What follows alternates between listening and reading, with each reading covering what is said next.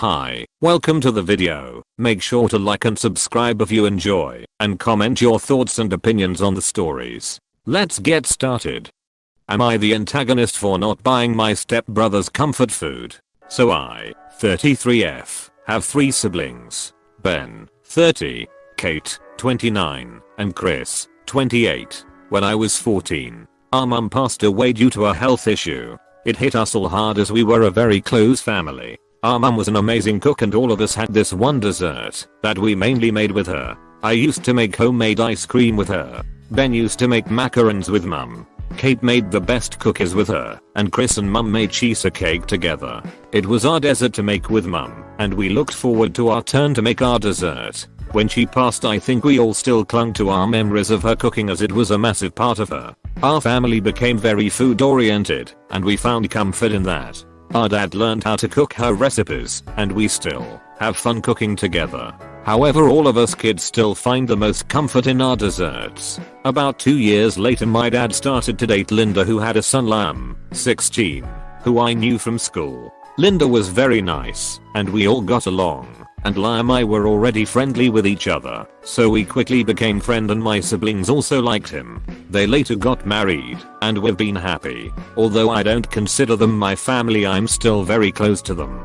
During adulthood, my siblings come to me when they have some problems. As we all live close together, they usually come to my house. Because of this, 4 years now I've had their dessert in stock. We've adjusted some of the recipes so that they freeze well. So if my siblings need to come over to vent, I usually just bring out their food to defrost, and we can eat them together, and it has been working great for us. The problem is that Liam found out about this and asked why I never kept some of his favorite food in, even though we are very close. I tried to explain in the nicest way possible that this was a family thing and that it was between my siblings and our mum. He was still upset, saying that he thought we had a better relationship than just friends and feels like I value him less. I tried to apologize, but he left and just asked for space. I talked to my dad, and he said that I shouldn't have to include him on this as it is a special thing between us, and that Liam will get over it.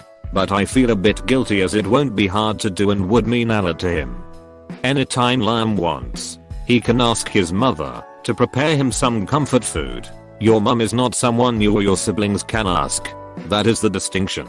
This has nothing to do with putting favorite goodies out of reach of him and your siblings. It's important to soothe your mother in this situation. Comment by team member Taylor. Now for the top comments. NTA. It's a tradition between you and your biological siblings. Liam does not have to be included in the tradition that never included him. There are other ways that you and Liam could bond, but this isn't one of the ways. If Liam and Op both are feeling so bad about this, as the older brother sibling, Op should recommend those other ways to bond that you mentioned. The possibilities are virtually endless. However, it seems the problem has more to do with being included in family traditions than it has to do with lack of bonding. Maybe it would be a good idea to create a new tradition that includes all the siblings. Something that's focused on the dad instead of the original sibling's mom.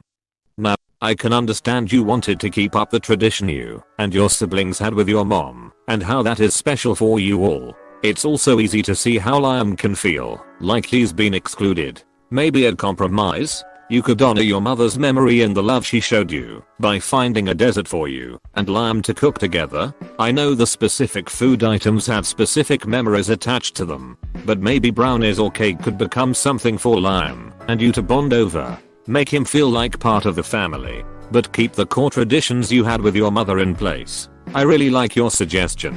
I hope Op can extend the tradition to bond with the stepbrother. I think Op's mum would want Op to continue the tradition with her own kids, siblings and new family, including stepbrother. No a-holes here. Am I the antagonist for not paying for my daughter to start yet another degree? My wife and I have 3 daughters. We always told them we would pay for their college tuitions, provided they wanted to go. Our eldest Hazel graduated in 2018. She started at a 4-year university and lasted there 6 months before dropping out and coming home. We had to eat a lot of fees because by that point they were non-refundable. Her reason for dropping out was she didn't want to pursue that major anymore. We told her she could switch to undecided or general studies until she did figure it out, but she insisted on dropping out. From there, she enrolled in the local community college, which was cheaper, but as we didn't qualify for financial aid, we were paying for all of it. She stayed through till the world fell apart in 2020. She tried online schooling, but it was too hard, and we respected that. Our younger two were struggling with virtual school. I can't imagine how hard college was. She took some time off, then in January of this year, started at another 4-year college. Keep in mind, only some of her credits transferred, but we were supportive. Last month, she came to us and said she wants to drop out yet again and go to cosmetology school. I have nothing against that, but after spending tens of thousands of dollars on these other schools, she's got to pay her own way on this one. I told her if she finishes and gets her license, I will reimburse her, but she needs to figure out how to finance it on her own. She asked how she's supposed to do that, and I told her to get a job. She got upset and said, "I'm going back on my word." It doesn't help that this year, our middle daughter graduated and we're paying for her to go to a 4-year college. Hazel said this isn't fair, and I said it'd do the same to her sister if she was as wishy-washy. Now, Hazel won't talk to me. Am I the antagonist? You promised to pay her back if she completes. How will she pay for it? She queries. Financial aid offices are there to help with that. You promised to pay given they wanted to go. But if she keeps canceling, it's obvious that she doesn't want to go. Comment by team member Parker. Now for the top comments. NTA. You've paid for 3 false starts. She can pay for the rest. And they are willing to comp her if she finishes. That's a better deal than I ever got. Totally agree. She has to learn to finish what she starts. She'll just do this again if OP agrees to her demands. NTA. She had plenty of chances and she blew them. Eventually she has to learn how to support herself. OP is also being more than fair by offering to repay her fees if she actually finishes her program this time. She has dropped out of 3 separate schools and caused her parents to lose thousands. Maybe if her own money is on the line, she may actually be motivated to actually research programs and career paths before she dives in. NTA. Hazel said this isn't fair, and I said I'd do the same to her sister if she was as wishy-washy. You are being fair by choosing not to finance Hazel's 4th college transition. Your other kids deserve college as well, and college for 3 kids is not an easy task with current average tuition rates. She should have understood the financial downsides of dropping out by now. Plus you are still offering to pay off loans at the end of the day, so it shouldn't matter. Am I the antagonist for demanding my fiance stop teaching our kids bad manners? Hi everyone. Using a throwaway, because I don't want this on my main, but I would like an outside opinion. My fiance Lala and I have been together for 5 years, engaged for a little over a year, and we have twins, boy and girl. 2.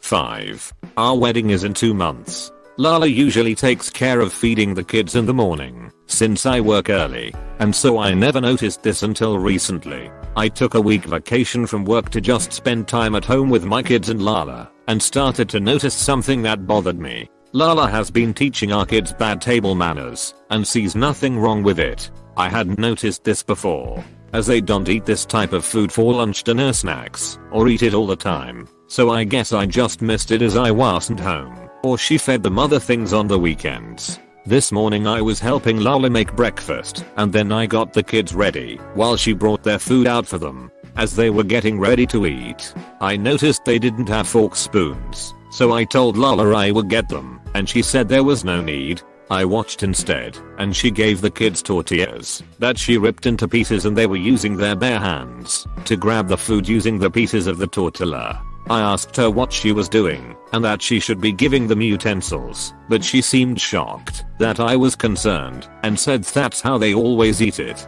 I told her that she was teaching them bad manners and making them think it was okay to just grab food with their hands. She told me they do that anyway when they have chips or grapes or tacos and pizza, and listed a bunch of other snacks and fast food you eat without utensils. But I pointed out that those things are usually made to be eaten quickly or on the road, like fast food, so utensils aren't needed. She said I was being offensive by calling her way of eating gross and saying it was having bad manners. But I do think it's gross to see someone grabbing at food with their bare hands like that. She said she grew up eating like that and would always use tortillas to eat things like eggs or meat recipients, and that it wasn't gross because she always made the kids wash their hands before they ate. I ended up giving my kids forks for them to eat which they didn't want to use, which made me even more frustrated with her because now they're used to this. Lala has been really annoyed the rest of the day and won't let me help her with lunch.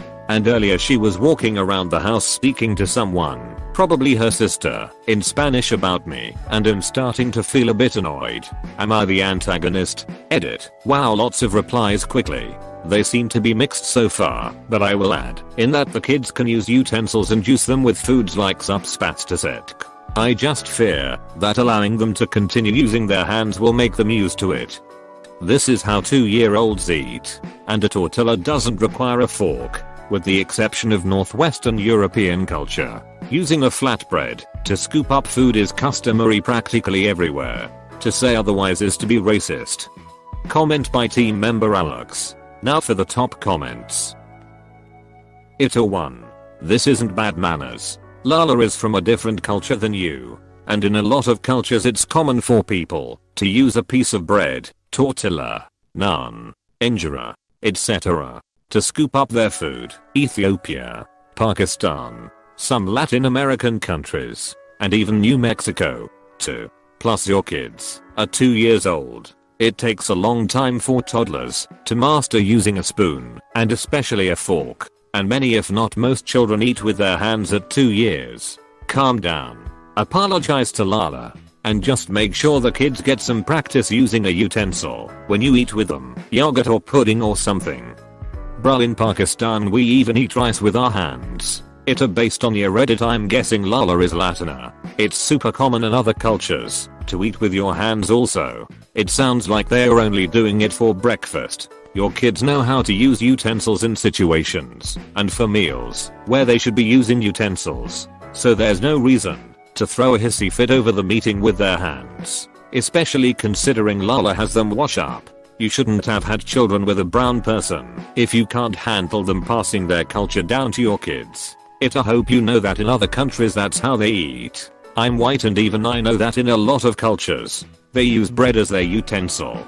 It's not bad table manners. I'm gonna guess you're white and Lala isn't. Exactly. I didn't even have to read the whole thing before coming to the conclusion it was a cultural thing. AITA. They're not even 3. Most kids won't even be able to grasp a concept of manners till age 4. And a tortilla. Hell. I'll rip apart a tortilla if I'm in a hurry. Who has the time for a knife and fork for a plain tortilla? Your wife works incredibly hard raising 2 small children. She's doing her best. And frankly she does a great job of it. You sound like Mr. Banks from Mary Poppins, expecting them to be young adults by now when in reality, they've barely mastered their motor functions. Apologize to her. Am I the antagonist for refusing to be present at my sister's birth? I, 21F, have a sister, 27F, Liv, who will be giving birth in a couple weeks I guess, and she's doing a home birth. She has made elaborate plans for her labor and is excited for the process. I'm also excited for her too, but honestly it seems a little scary to me. I've unfortunately seen my mom's labor footage. It was not a good experience. I was legit traumatized. Now the thing is that Liv wants to be surrounded by family while laboring. By family I mean her husband and a few female family members from both sides. Her sister-in-law is coming, and from our side, mom will be there. When the conversation came up the other day, she totally just casually said that we'll get her through it. I told her that I was not going to be there because I'm not sure if I would be able to stay calm seeing her agitated and of course witnessing the bloody miracle of birth. She was surprised that I was saying such a thing. I tried to reason with her and said that I'll support her in every other way, like cooking or cleaning her house, but I just don't want to be there when she's all screaming and the baby's coming out. She got super angry and lectured me on how I was ruining her perfect labor plan, and then mom also got on my back that I was being squeamish for no reason. Liv then got super emotional and mom tried to calm her down and gestured for me to leave, which I did. I understand that Liv is emotional, of course, because she's just about to give birth, but I really don't think I'll be a stable person during that process. It's better that I come after. I have no problem in taking care of her, and of course I'll love the baby so much after it's born. But I just can't stop feeling so guilty for saying no to Liv, and of course she became quite stressed because of my refusal. So Reddit, am I the antagonist? The fact that your sister has such a detailed plan for the ideal birth makes me laugh, since, according to 50 cents on the dollar, she probably won't even remember half of it. Your sister is acting completely irrationally about this. I think it's kind of crazy that she took that as gospel, considering how difficult childbirth can be. Comment by team member Charlie. Now for the top comments. NTA. If her perfect labor plan can't accommodate one person who isn't the midwife or even the father being absent, I shudder to think how she's going to handle it if there are complications or the baby just comes too darn fast to gather everyone. My birth plan literally was give me drugs, and if I need a C-section then fine. I didn't make any plans, because it's not something you can control. NTA. Your sister seems to not understand the difference between an invitation and a summons. Hold your boundary. Repeat that you love her, but live birth will be traumatizing for you. Don't make it about her pain and screaming. Make your explanation 100% about you and what you can handle. Do some nice things for her and then take a break from her manipulation. If you're around too much leading up to birth, they'll be too focused on you. Remove yourself from their focus. In fact, maybe plan to be out of town, not the a-hole.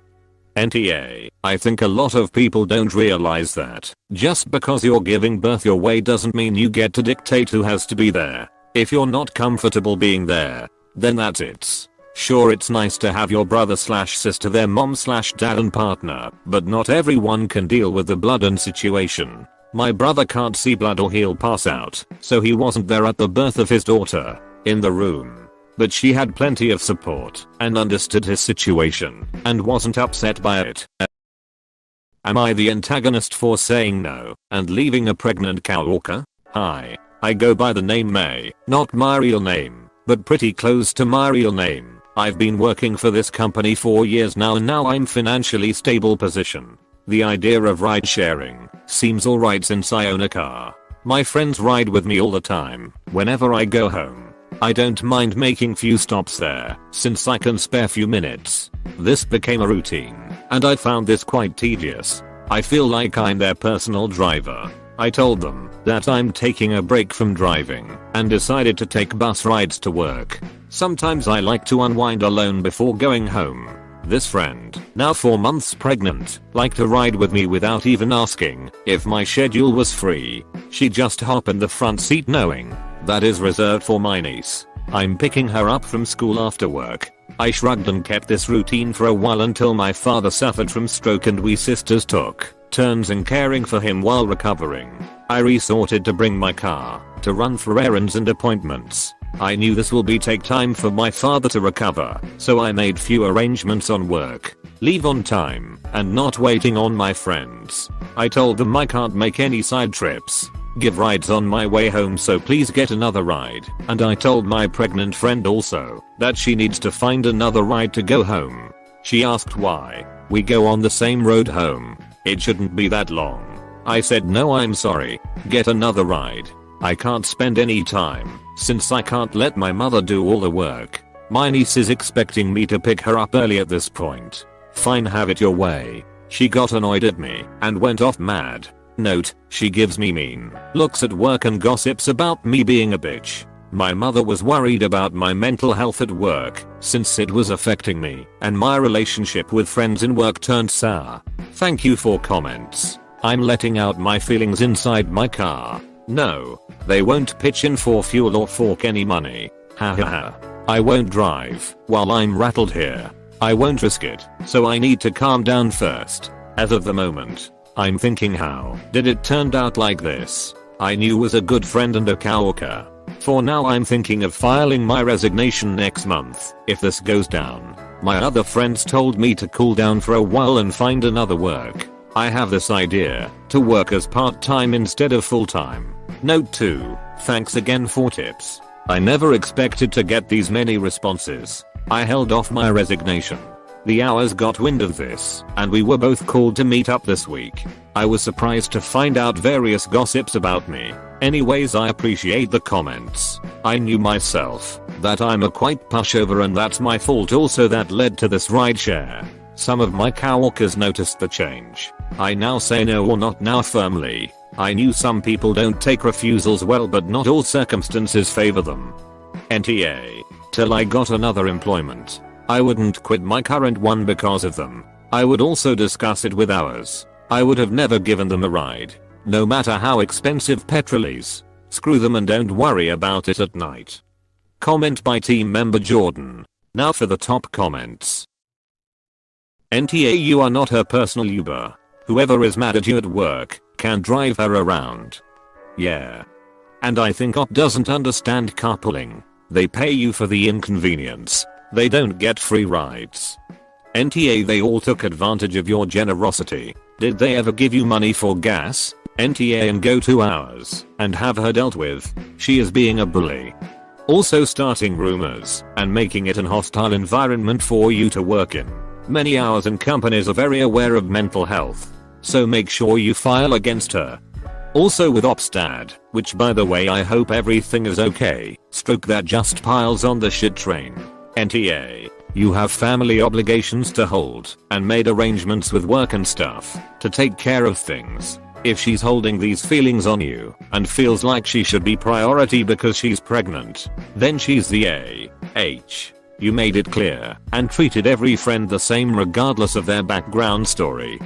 NTA, clearly your work friends are toxic and using you. If you like your job, try to keep your head down and ignore them as much as you can while still being civil. OFC, if you don't like your job, find a new one and leave those others behind. Am I the antagonist for not wanting to pay for my ex's expensive jacket? I wrote this on mobile, so I apologize in advance for any formatting issues. I, 32 male, and my ex GF, 33F, broke up 2 months ago for reasons that aren't relevant to the story. So yesterday I was driving down the highway and took an exit to get some gas. As I was driving towards the gas station, across the street, I saw someone that looked like my ex outside of McDonald's with a man. I continued to the gas station, got some gas and drove back on the same road. As I was getting closer to the restaurant I saw that it was my ex and she was sitting on a picnic table making out with her new boyfriend. When I was next to the McDonald's I honked my horn at them to say a little hello, and also because I thought it would be funny to annoy her. I drove past and looked in my rearview mirror and saw she had apparently gotten so startled she fell off the picnic table and into some mud at the foot of the table. Found that a little funny. I drove home thinking nothing of the situation, besides maybe a feeling of satisfaction. Anyways, evidently she saw me through the window and knew it was me. Then she blew up my phone with angry messages asking if I was planning to pay her for a new jacket.